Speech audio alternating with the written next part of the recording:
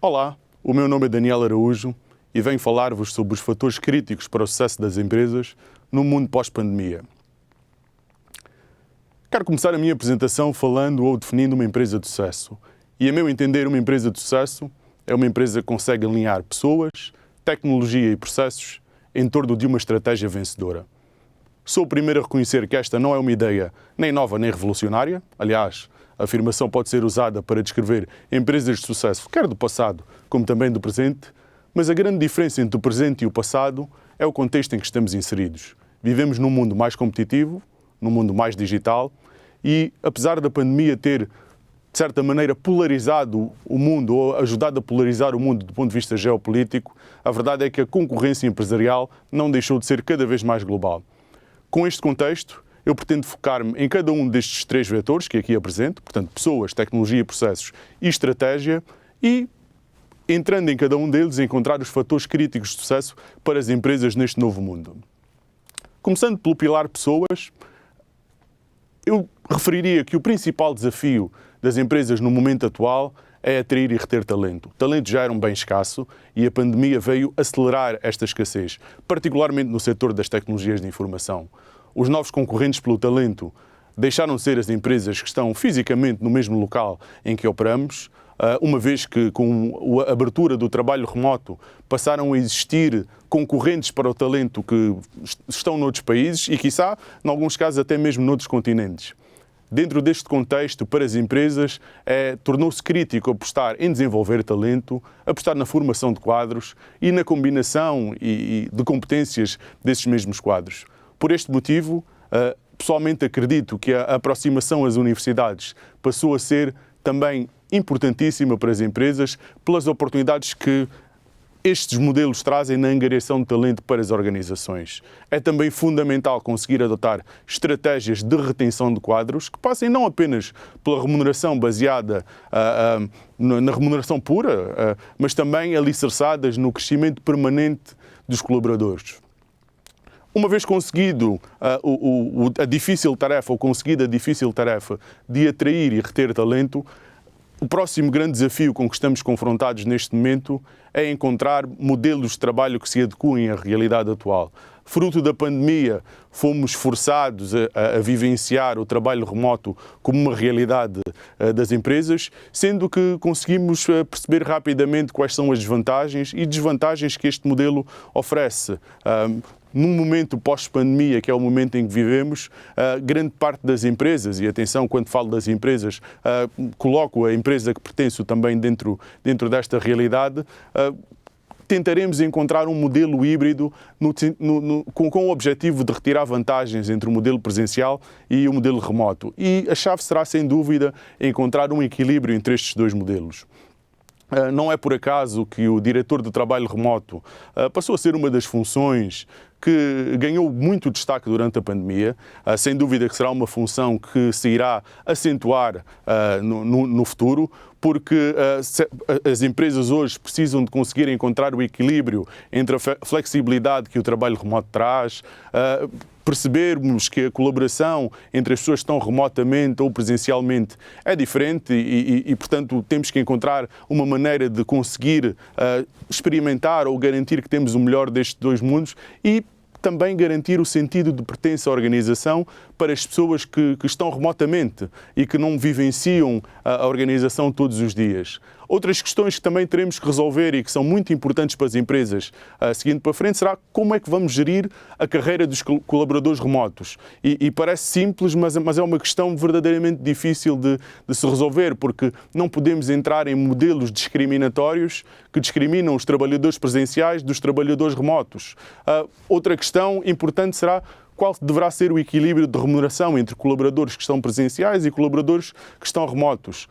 Certamente, quando questionamos as pessoas, toda a gente percepciona que a remuneração deve estar indexada à função, mas algumas empresas, como é o caso da Google, por exemplo, já está a indexar o ordenado não apenas em função da função que a pessoa exerce na organização, mas também em função do local onde o próprio colaborador vive. Portanto, tudo isto são questões que estão a ser levantadas neste momento. Outras empresas, inclusive, estão a pensar em adotar modelos de remuneração diferenciados entre remotos e trabalhadores presenciais baseados em remuneração por tarefa. Portanto, o mundo está a mudar, os novos modelos de trabalho vieram alterar substancialmente a realidade com que estávamos confrontados e as empresas que quiserem ter sucesso dentro desta nova realidade precisarão, sem dúvida, de encontrar modelos vencedores dentro desta nova realidade.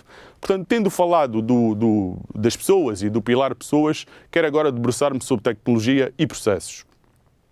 No que toca a tecnologia e processos, todos nós percebemos que a pandemia veio acentuar o salto para o digital. A maior apetência para a adoção de modelos digitais, menos viagens, mais videoconferências, mais automação e teletrabalho, incremento da telemedicina, um aumento do e-commerce e até em setores como a educação, foi fácil percepcionarmos que precisamos, sem dúvida, de preparar a próxima geração para um mundo cada vez mais digital e resolver as assimetrias financeiras que existem do ponto de vista de sociedade como um todo. É verdade que nem todas as empresas precisam de tratar a transformação digital como uma prioridade absoluta. Dependendo do setor em que estamos inseridos, naturalmente podemos ir mais rápido ou mais devagar. Aliás, a figura que trago tenta ilustrar isso mesmo. Portanto, para determinados setores como tecnologias de informação ou até mesmo os mídia, é importantíssimo estar muito avançado do ponto de vista da transformação digital, mas há outros setores, como a construção e a agricultura, em que essa transformação irá decorrer a mais longo prazo. Mas ainda assim, quer seja curto, médio ou a longo prazo, realizar essa transformação será vital para as empresas.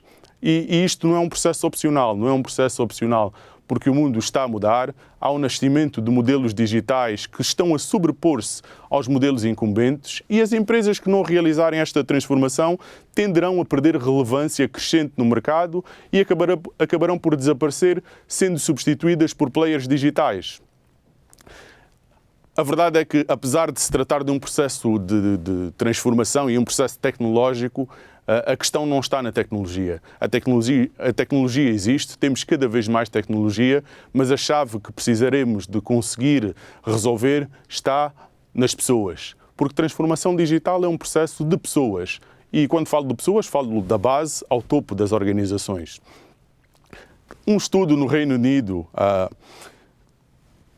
chegou à conclusão de que nas organizações de topo no Reino Unido, apenas 5% dos gestores dos conselhos de administração tinham as denominadas competências digitais. Eu trago apenas o estudo do Reino Unido, não tenho um estudo concreto de Portugal, talvez o IDC tenha, mas é importante pelo menos referenciar de que existe um gap de skills que será fundamental para materializar esta transformação digital e, portanto, este gap de skills é absolutamente crítico também, para usar a palavra crítico uma vez mais, crítico para conseguirmos materializar esta transformação digital enquanto empresas e enquanto sociedade. Tendo abordado pessoas, processos e tecnologia, quero agora debruçar-me sobre a estratégia. E o sucesso para as estratégias dentro desse novo mundo passam, velocidade. Temos de ser rápidos a criar produtos, rápidos a angariar clientes, rápidos a alterar processos e a reagir a mudanças de mercado. Porquê? Porque o mundo está mais rápido. Se o setor da aviação levou 68 anos a atingir 50 milhões de utilizadores, o Facebook levou apenas 3 anos e o jogo Pokémon Go 19 dias. Com o acelerar da digitalização da sociedade, com o acelerar da adoção de modelos digitais, a tendência será que o mundo seja cada vez mais rápido. Portanto, temos de ser rápidos e capazes de reagir a esta velocidade. Ao mesmo tempo, temos de ter uma capacidade de adaptação que seja verdadeiramente tem que estar no topo da lista das nossas capacidades, é isso que quero referir. Porquê? E trago um exemplo que tem a ver com um fabricante de máscaras na China que antes do Covid fabricava carros elétricos e que em apenas 3 meses conseguiu alterar por completo todo o seu processo fabril. Esta capacidade, esta plasticidade, esta elasticidade de conseguir rapidamente alterar e reagir perante as mudanças do mercado será absolutamente crítica dentro do mundo em que vivemos. Ao mesmo tempo, se a velha máxima era que para ir rápido temos que caminhar sozinhos, no mundo atual, para irmos rápido, temos que ser capazes de fazer as alianças certas com parceiros, distribuidores e, em alguns casos, sempre que fizer sentido, inclusive com os concorrentes. É uma verdadeira mais-valia no mundo de hoje conseguir pertencer a redes empresariais de partilha de conhecimento, partilha de experiências, porque num mundo em que precisamos de ser rápidos, em que precisamos de reagir rapidamente ao mercado, é importante que consigamos ter uma rede que nos acompanhe nessa reação. Porquê? Porque a verdade é que vivemos num mundo em que a concorrência está em todo lado. E a concorrência deixaram de ser as empresas que fazem parte do setor a que pertencemos, porque a tecnologia reduziu significativamente as barreiras de entrada. E depois podemos usar vários exemplos, como por exemplo a Amazon, mas que podia ser a Google ou a Apple, que são empresas que nasceram como empresas puras de tecnologia, mas que hoje estão praticamente presentes nos mais variados setores da economia. Na verdade, é quase uma brincadeira referir que é uma questão de tempo até que a Amazon seja um concorrente direto de seja que negócio for. A verdade, o mesmo pode ser dito pela Google ou pela Apple. Mas isto são os exemplos que conhecemos, mas há exemplos talvez menos conhecidos no mundo que são igualmente interessantes. Quero falar aqui do caso da Kakao. A Kakao é uma empresa que é um programa de chat muito similar ao WhatsApp que usamos todos os dias, com muito sucesso na Coreia, tem cerca de 200 milhões de utilizadores registados, lançado em 2010 e que em 2017 resolveu lançar um banco online, um banco 100% digital, sem balcões, apenas no telemóvel, um banco online. A verdade é que ao fim de apenas uma semana, e estamos a falar de uma semana, o novo banco digital denominado Kakao Bank conseguiu angariar 1 milhão de clientes. Um mês depois conseguiu chegar aos 3 milhões de clientes. E se calhar, se estes números por si já são impressionantes, o mais impressionante é perceber que conseguiram captar durante este mesmo período, portanto, apenas um mês, 1,5 bilhões de euros e conceder aproximadamente 1 bilhão de euros em crédito. Isto para usar. E porquê que eu uso este exemplo? Uso este exemplo porque, de facto, os nossos futuros concorrentes podem ser empresas de outro setor que fazem outra atividade e a probabilidade de serem players digitais que não estão de todo conectados com a nossa indústria é muito grande. Portanto, para terminar e terminando a apresentação tal como eu iniciei, para mim, os fatores críticos de sucesso para as empresas de futuro, na verdade, não diferem muito das empresas do passado ou até das empresas do presente. Temos que ser capazes de continuar a alinhar as pessoas certas em torno de processos e tecnologia pensados à luz do contexto atual e dentro de uma estratégia rápida e adaptável. Naturalmente, sempre atentos à concorrência que pode vir de qualquer lugar. Muito obrigado, continuação de uma ótima conferência, foi um prazer ter-vos por aqui.